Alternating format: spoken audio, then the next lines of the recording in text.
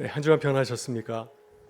네, 오늘 주일 예배 나올 때 마음들이 많이 불편하시다 생각이 들고 또 지난 한 주도 매일 교회 나와서 기도하고 또 하시느라 마음들이 많이 힘들고 어려울 줄 믿습니다. 우리 이 시간 우리를 사랑하신 주님의 은혜가 함께하길 간절히 바라고요. 또 주님 주시는 새 힘과 능력을 받고 다시 힘차게 단주를 시작하는 교회 성도 되시기를 주의 이름으로 축원합니다. 오늘 12월 첫째 주일입니다. 드디어 12월이 되었습니다. 12월이 되면은 성탄절이 있습니다. 또 한 해를 보내고 새해를 맞이하는 송구영신 예배도 있습니다. 그래서 아직도 마음이 어린지 몰라도 12월이 되면 마음이 들뜨고 또 감사와 소망이 생겨나는 것을 느끼게 됩니다. 또 우리가 12월이 되게 되면은 주변을 돌아보면서 어려운 이웃을 돕고 섬기질 않습니까? 그 할 일이 참 많이 있는데 우리 12월을 맞이하여서 다시 한번 우리의 모습을 돌아보고 교회와 성도의 사명을 다하는 기쁜 12월이 되기를 주의 이름으로 축원합니다. 네, 12월을 맞이해서 참 기쁘고 즐거운 소식을 전하면 얼마나 좋겠습니까? 잠시 교회 소식을 잠깐 나누기를 원하는데요. 혹시 불편한 마음이 있으면 함께 기도하기를 바라고 또 교회는 늘 좋을 때도 있지만은 어려울 때도 있습니다. 그때 더욱더 기도하며 힘쓰면서 함께 주님의 교회를 아름답게 세워나가는 우리 교회 되시기를 간절히 소망합니다. 우리는 올해 참 특별한 그 시간을 맞이하였습니다. 교회에 닥친 어려운 사건을 맞이하여서 이제 우리가 정신을 차리고 함께 하나 될 때가 되니 아닌가 생각이 듭니다. 지난주에 말씀드린 것처럼 우리 교회는 참 어려운 일이 생기기 직전에 놓여 있습니다. 구청과 조합이 관리 처분을 앞두고 있고요. 만약 이것이 정말 현실이 된다면 교회는 정말 우리가 생각하지 못한 일들이 우리 가운데 임할 수가 있습니다. 교회가 큰 어려움을 겪고 또 우리 가운데 많은 분들이 실족하고 상처를 받는 일이 생길지도 모르겠습니다. 지금 구청과 조합은 관리 처분 인가를 앞두고 아주 열심히 일하고 있습니다. 내년 초 조합 총회를 앞두고 있고 또 이 모든 것에 대한 주민 공람을 앞두고 있습니다. 조합과 구청은 2년 전 우리에게 약속했습니다. 관리 처분 이전에 교회 대책을 해주겠다. 그러나 2년 동안 물론 열심히 일하였겠지만 아무것도 보이질 않습니다. 이번에 다시 말씀하고 있습니다. 관리 처분 이후에 이번에는 관리 처분 이후에 교회 재촉을 해주겠다. 교회는 이미 교회 재촉이 되었으니 현금 정산자가 되지 아니하고 아무런 문제가 생기지 않을 것이니 걱정하고 염려하지 말라고 우리에게 말씀하고 있습니다. 그러나 교회가 그들의 말을 듣고 기다리면 어떻게 될까요? 정말 교회 재촉을 이행해 주겠습니까? 지난 2년간 제가 보기에는 별로 한 일이 없는 것 같은데 이런 가운데서 우리가 계속해서 신뢰하고 나아가야 되겠습니까? 아마 관리 처분 이후에는 조합의 태도가 바뀔지 모르겠습니다. 더 강력한 힘을 갖게 되기 때문에 교회를 향해서 우리가 원치 않는 그러한 일들을 할 수가 있습니다. 그래서 우리는 그런 점을 좀 염려하고 또 그런 점들이 좀 더 투명하게 해소되기를 간절히 바라면서 기도도 하고 시위도 하고 있는 것이 아니겠습니까? 저는 지난주 새벽에 문득 기도하다가 성경 말씀이 한 구절 떠올랐습니다. 정말 이것이 현실이 아니겠지 하는 마음으로 생각하였는데 그 내용이 참으로 무서운 내용입니다. 바로 열왕기상 21장에 나오는 나봇의 포도원 사건입니다. 이 구약의 사건을 보게 되면 아합과 이세벨이 나오지 않습니까? 당시 최고의 권력자들입니다. 근데 아합과 이세벨은 왕궁 가까이 있었던 가난한 사람 나봇의 포도원을 강제로 빼앗았습니다. 아합과 이세벨이 나봇의 포도원을 빼앗은 이유가 무엇인가요? 왕궁 주변의 모든 땅은 다 왕의 것입니다. 모든 것이 나의 땅이라고 한다면 얼마든지 주변에 아름다운 정원을 가꾸고 내 마음대로 할 수 있는데 그만 한 구덩이에 있는 나봇의 포도원 때문에 이 아합의 그 청사진을 방해하고 있는 것입니다. 저 나봇의 포도원이 없다면 모든 것이 다 내 땅이 될 수 있을 터인데 그래서 아합과 이세벨은 어떻게 하였습니까? 무서운 음모를 꾸몄습니다. 나봇을 무서운 죄인으로 만들지 않았습니까? 사람을 보내어서 마을의 장로와 귀족을 포섭하게 되었고요. 그리고 나봇을 거짓 증인하게 하겠습니다. 이 나봇이 왕을 저주하였다. 이렇게 중죄를 만든 이후에 판결을 하고 그를 성 밖에 데리고 나가서 그를 돌로 쳐서 죽였습니다. 그리고 후에 아합과 이세벨은 나봇의 포도원을 거저 차지하였습니다. 자신의 욕심과 야망을 채우기 위해서 가난한 사람의 포도원을 빼앗는 아주 무서운 악을 저지른 겁니다. 혹시 이런 일들이 우리 주변에서 일어나는 것은 아닌가 하는 생각을 저는 잠시 해보게 되었습니다. 혹시 우리 교회의 땅을 차지하기 위해서 혹시 그러한 음모가 이루어지는 것은 아닌가? 요즘 우리가 많은 얘기를 듣고 있습니다. 교회를 비방하고 있고 저를 향해서도 비방을 하시더라고요. 또 교회가 이 지역의 재개발을 막고 시위를 하고 있다. 구청도 이에 동조하는 것처럼 보이고 있습니다. 우리 교회의 호소를 듣기보다는 조합에게 더 많은 귀를 기울이고 있습니다. 저는 우리는 신앙인으로서 이러한 문제, 우리 교회에 닥친 문제를 우리가 성경의 눈으로, 선지자의 눈으로 한번 바라볼 수 있기를 바랍니다. 여러분, 선지자들은 사회의 불법과 불의를 보았을 때 어떻게 했습니까? 하나님의 정의와 공의를 말씀을 전하지 않았습니까? 불의와 불법, 또 사회의 약자와 소외된 자를 바라보면서 하나님의 말씀으로 그들을 대변하지 않았습니까?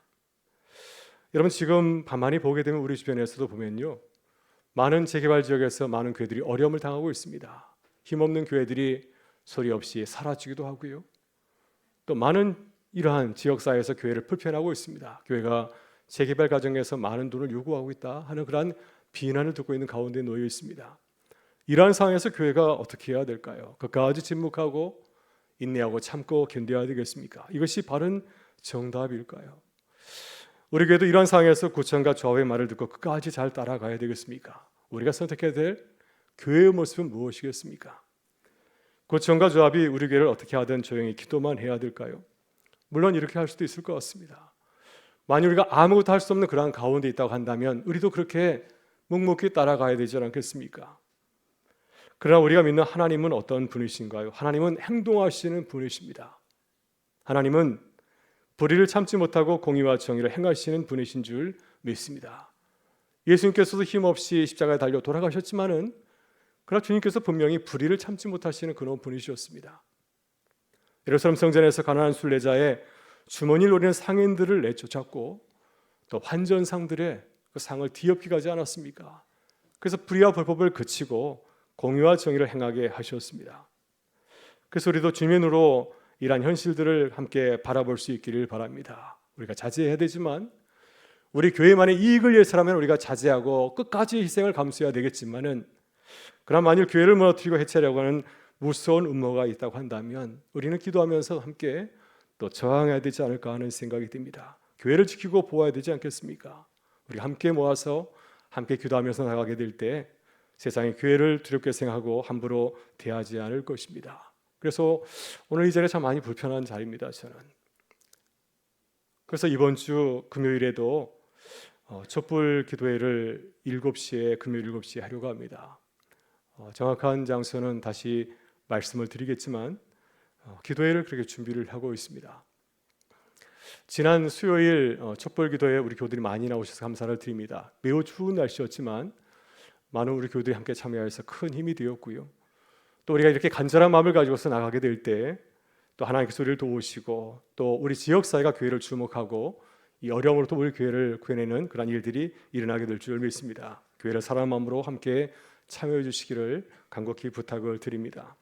사랑하는 교회 여러분, 교회가 정말 어려운 가운데 놓여 있습니다. 만일 우리 집이 어려움을 당한다고 한다면, 억울한 일을 당했다고 한다면 밤에 잠이 오겠습니까? 실제로 우리 교우들 가운데서 이러한 교회의 형편을 바라보면서 밤에 잠을 이루지 못한다고 고백하시는 그런 교우들이 있습니다.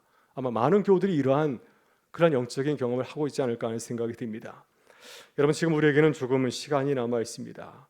우리가 지금 함께 마음을 가다듬고 정신을 차리고 기도하며 동참하게 된다면 이런 어려운 가운데 있는 교회를 함께 구하는 그러한 기쁨을 나누게 될 줄 믿습니다. 우리 교우들께서 바쁘고 힘든 12월이지만 관심을 가져주시고 기도해 주시고 참여해 주시면 교회는 큰 힘이 될 줄 믿습니다.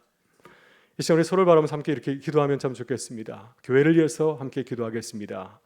교회를 위해서 함께 기도하겠습니다. 한 번 더 인사하도록 하겠습니다. 금요일에도 함께 참여하기를 원합니다. 금요일에도 함께 참여하기를 원합니다. 네, 감사합니다. 네, 오늘은 대림절 첫째 주일입니다. 대림절은 교회 달력으로 치면은 교회력으로 첫 주일을 말하고 있습니다. 교회는 대림절을 기념하면서 한 해의 시작을 하고 있습니다. 그렇다면 대림절은 어떤 교회의 절기일까요? 대림절은 크게 두 가지 의미를 담고 있습니다. 하나는 이 세상에 아기 예수로 오신 예수님의 탄생을 기다리는 절기입니다. 사실 지금까지 우리의 모습을 돌아보게 되면은 2000년 전 우리에게 오신 예수님의 첫 강림을 기다리는 일에 집중하고 있지 않습니까? 겸손하게 말구에 나신 예수님의 모습을 우리는 항상 묵상하고 있습니다. 또 아기 예수로 오신 예수님을 맞이했던 어머니 마리아, 아버지 요셉, 그리고 동방박사 목자의 모습을 우리는 바라보면서 그들처럼 성탄절을 맞이하고 하지 않습니까? 그러나 대림절에 또 다른 아주 매우 중요한 의미가 있습니다. 그것은 예수님의 첫 강림을 기뻐하고 기다리는 것으로 끝나지 않는다고 하는 것입니다. 교회가 세례를 시작하면서 대림절을 먼저 지키는 아주 중요한 이유가 있습니다. 그것은 다시 오실 주님을 맞이하고 준비하려고 하는 것입니다. 따라서 대림절은 예수님의 재림을 알리는 경고의 소리이기도 합니다. 비유로 말한다고 한다면 대림절은 자명종 소리와 같습니다. 다시 오신 주님을 알지 못하고 깊은 잠에 깨어있는 우리를 깨우는 자명종 소리와 같습니다. 그래서 우리는 대림절을 맞이하게 될 때 졸린 눈을 깨우고 일어나서 정신을 차리고 주님의 재림을 준비해야 될 줄 믿습니다. 그렇다면 우리가 어떻게 주님의 재림을 준비해야 될까요? 오늘 본 말씀 보게 되면 예수님께서는 계속해서 제자들 향하여서 하시는 말씀이 있습니다. 33절과 35절과 37절 보게 되면 세 번에 걸쳐서 이 제자들에게 이렇게 말씀하십니다. 깨어 있으라, 깨어 기다리라, 이 말씀을 하십니다. 그렇다면 왜 주님은 우리에게 깨어서 주님의 재림을 준비하라고 말씀하실까요? 이 질문에서 우리는 곰곰이 생각해 보아야 됩니다. 왜 우리는 깨어서 주님의 재림을 준비해야 될까? 이 질문에 대해서 주님은 이렇게 말씀하십니다. 24절 이하의 말씀입니다. 그때 그 환난 후 해가 어두워지며 달이 빛을 내지 아니하며 별들이 하늘에서 떨어지며 하늘에 있는 권능들이 흔들리리라. 주님이 다시 오실 때 상황은 어떤 상황일까요? 예수님께서 2000년 오셨을 때와 똑같은 그러한 상황이 펼쳐지겠습니까? 24절에 25절의 말씀은 구약성서에서 널리 사용된 비유적인 표현인데 이사야 13장 14절에 이 말씀이 나오고 있습니다. 이 말씀 특별한 상황에 선포되었는데 바벨론의 멸망과 같은 아주 충격적인 사건이 벌어졌을 때 이 말씀을 즐겨 사용하고 있습니다. 이사야 13장 이렇게 말씀하고 있습니다. 하늘의 별들과 별무리가 그 빛을 내지 아니하며 해가 더 어두우며 달이 그 빛을 비추지 아니할 것이로다. 여러분, 한 나라가 멸망할 때 어떤 분위기겠습니까? 만일 우리나라가 망하게 되었다고 한다면 모든 국민들이 어떠한 경험을 하게 되겠습니까? 유다가 바벨론 군대에 의해서 멸망을 당할 때 예루살렘 주민들은 어떤 상황을 경험하게 되었을까요? 그들은 큰 충격을 받지 않았겠습니까? 지금까지 평안하던 군대가 강대국의 군대에 의해서 집합임을 당하고 이 또한 예루살렘에는 중요 건물들이 다 무너지고 성전도 파괴되고 성벽도 무너지게 될 때 그 성 주민 사람들은 큰 충격을 받았을 것입니다. 마치 우주가 대격변을 일으키는 것처럼 그들의 삶도 함께 무너지지 않았겠습니까? 한 사람도 빠짐없이 그 환난 가운데서 큰 고통을 당하게 되었을 것입니다. 여러분, 이것이 주님께서 다시 오실 때 우리의 삶의 현실이라고 말씀하고 있습니다. 여러분, 주님은 다시 오실 때 영광스러운 모습으로 오신다고 말씀하고 있습니다. 26절과 27절을 보게 되면 그 상황을 이렇게 설명하고 있습니다. 그때 인자가 구름을 타고 큰 권능과 영광으로 오는 것을 사람들이 보리라. 또 그때 그가 천사들을 보내어 자기가 택하신 자들을 땅 끝으로부터 하늘까지 사방에서 모으리라. 예수님께서 처음 오실 때는 어떻게 오셨습니까? 아주 은밀하게 오셨습니다. 영광스러운 하나님의 아들의 모습을 가지고 오신 것이 아니라 비천한 사람의 모습으로 오셨습니다. 말구에 누이지 않았습니까? 아무도 주님을 알아보지 못하였습니다. 동방박사 목자만이 천사의 도움을 받아서 예수님이 하나님의 아들이심을 알게 되었습니다. 그러나 그 밖의 사람들은 전혀 예수님을 알아보지 못하였습니다. 이것이 초림 때의 모습입니다. 예수님을 알아보지 못한 사람들에게 어떻게 되었습니까? 그들이 무슨 큰 불이익을 당하였나요? 아무런 일들도 그들에게 전혀 일어나지 않았습니다. 그러나 다시 오실 주님의 재림 때는 어떠한 모습일까요? 그때도 초림 때처럼 아무 일도 일어나지 않겠습니까? 주님을 알아보지 못한 사람들에게도 어떤 불이익도 일어나지 않겠습니까? 우리는 주님의 초림 때와 같이 재림 때도 그럴 것이라고 생각할 수가 있습니다. 그러나 마태복음 24장 37절 이하를 보게 되면 예수님께서는 인자의 재림을 노아의 홍수 때와 비슷하다고 말씀을 하고 있습니다. 여러분, 창세기는 노아의 대홍수 사건을 보게 되면 어떤 일이 벌어졌습니까? 노아와 그의 가족이 방주에 들어가기 전까지 사람들은 평소처럼 다 지냈습니다.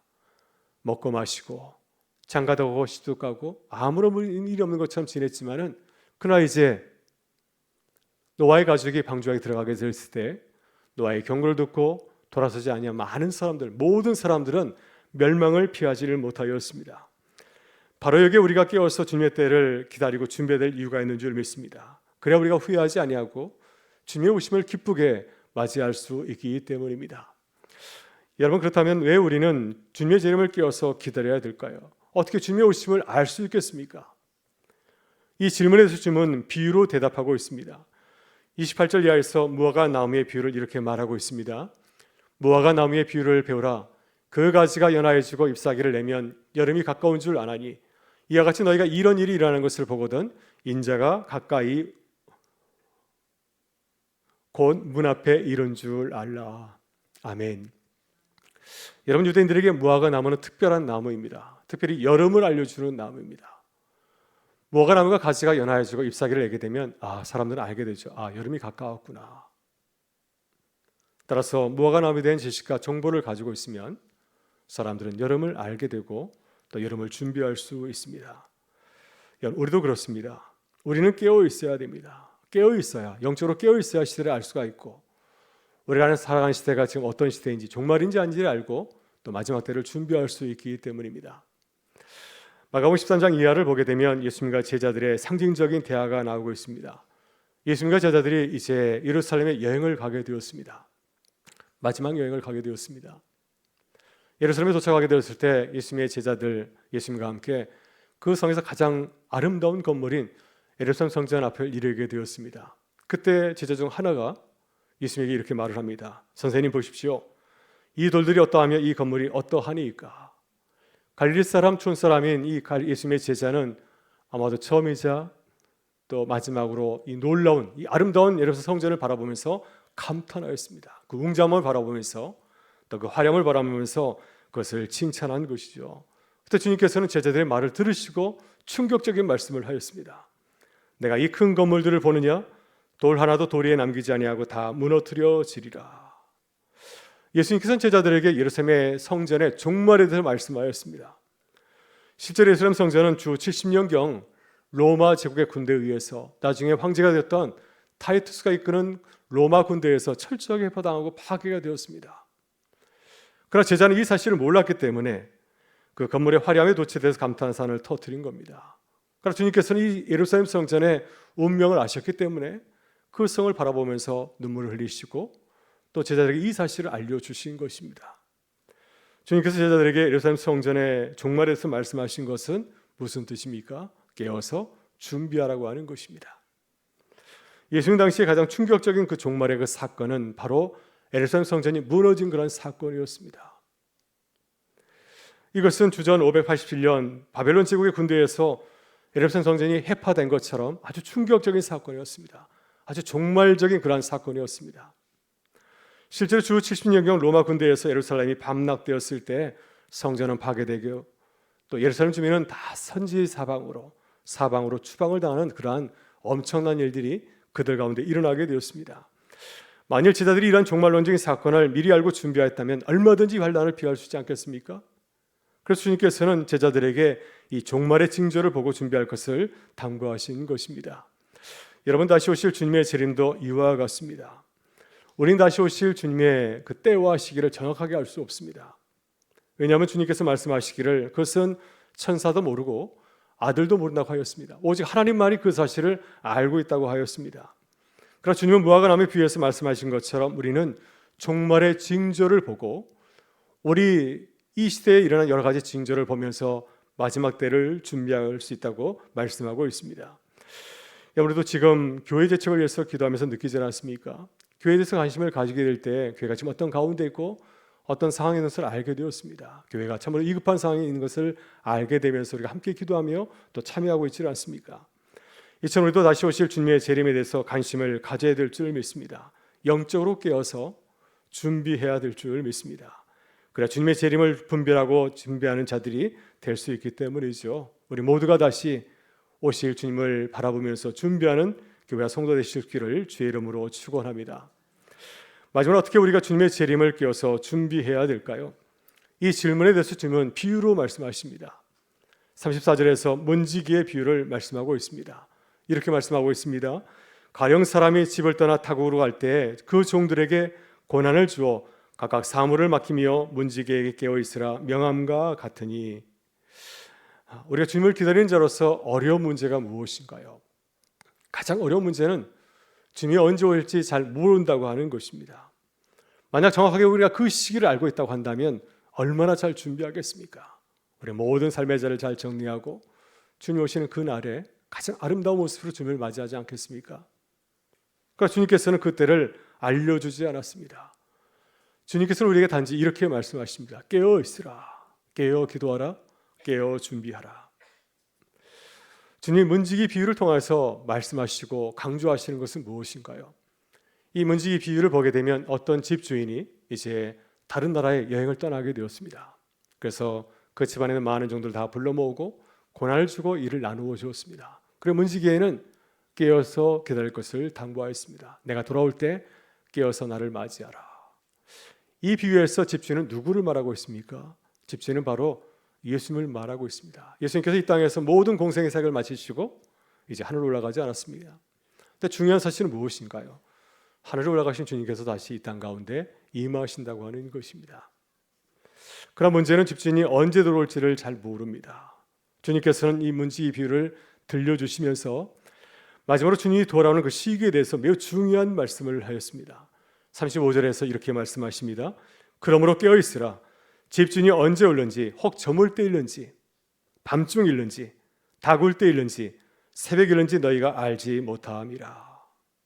여러분, 집주인은 언제 돌아온다고 말씀하였습니까?